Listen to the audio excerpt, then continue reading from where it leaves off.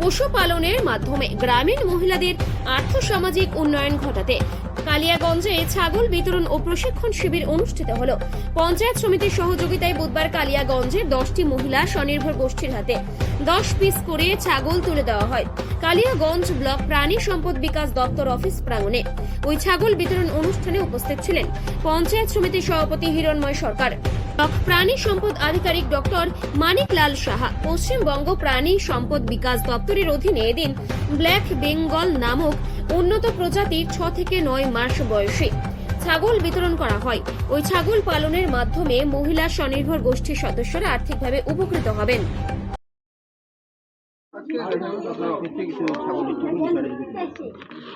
আজকে আমরা কালিয়াগঞ্জ ব্লকে 10টা স্বনির্ভর দলকে, প্রত্যেক দলকে 10টা করে ছাগল দেওয়া হচ্ছে।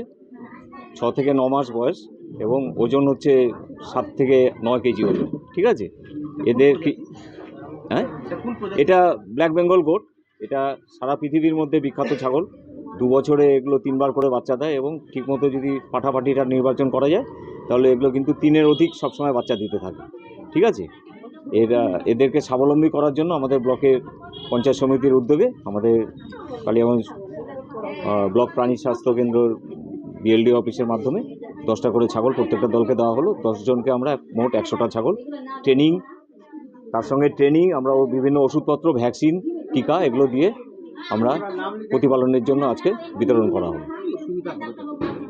এগুলো দিলে গ্রোথটা বাড়বে ছাগলের এবং 3টে করে যদি 2 বছরে 3 বার করে বাচ্চা পায় তাহলে দেখবেন এদের স্বনির্ভরতার লক্ষ্যে অনেকটাই এগিয়ে যাবে এবং নিজেরা স্বাবলম্বী হবে।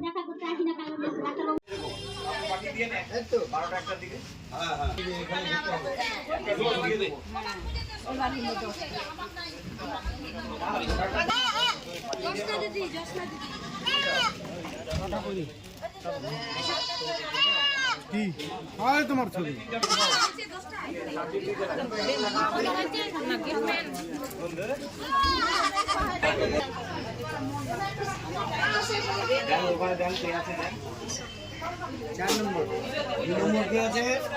লিকুইড প্যারাফিন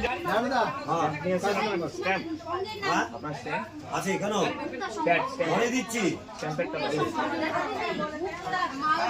চিকিৎসা করলেন না, পাতলা পায়খানা শুরু হয়ে গেছে, তখন কিন্তু বাঁচবেন। পাতলা পায়খানা হলে লবণ গুড় দিয়ে ছিল। আর